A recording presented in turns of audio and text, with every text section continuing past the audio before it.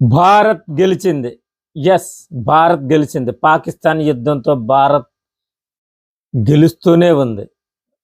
అదే భారత్ గొప్పతనం. భారత్ ఇన్నాళ్ళు శాంతి శాంతి అన్నా సరే భారత్ సత్తా చూపించింది.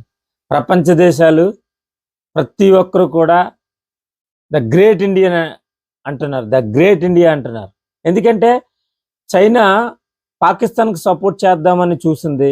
కొంతవరకు యాక్చువల్గా మిస్సైల్స్ పంపించడం చేసింది, పాకిస్తాన్కి సపోర్ట్ చేసింది. ఇప్పుడు మళ్ళీ ఏం మాట్లాడుతుంది? జస్ట్ ఈరోజు ఏదైనా ఉగ్రవాదులు హతం చేయాలి, ఉగ్రవాదులు అంతం చేయాలి.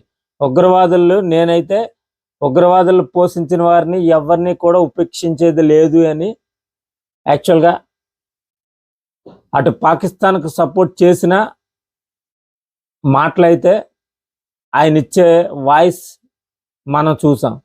అలాగే అమెరికా కూడా మంచి చెప్తుంది. ఏమని? ఇండియా ఎప్పుడు కూడా గొప్ప దేశం, అది ఆ దేశం చేస్తున్నది రైట్ అంటుంది. అలాగే రష్యా మనకెంతో సపోర్ట్ చేస్తుంది. రష్యా, ఫ్రాన్స్ మనకి సపోర్ట్ చేస్తున్నాయి. బల్జిస్తాన్ పక్కలో బల్యంలా పాకిస్తాన్ని కొంతవరకు ఏరి పారేస్తుంది. మనం ఒక 100% అయితే అది ఒక 10% ఏరి పారేస్తుంది. ఇజ్రాయెల్ లాంటి దేశాలు మనకు సపోర్ట్ చేస్తున్నాయి. ఒక్కటి మాత్రం నిజం, మంచి గెలుస్తుంది, చెడు ఓడిపోతుంది అన్నది ఈ నినాదం. అవునా కాదా?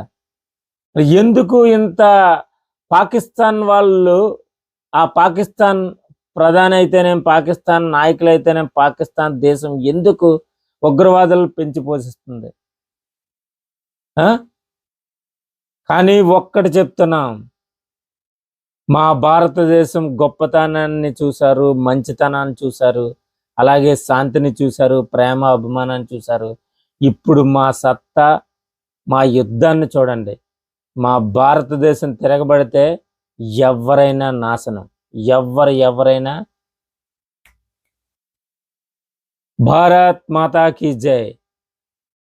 ఆర్మీ, మన ఇండియా ఆర్మీ సోదరులు అందరికీ, ప్రతి ఒక్కరికి కూడా శిరస్సు ఉంచి మేము పాదాభి వందనం చేస్తున్నాం.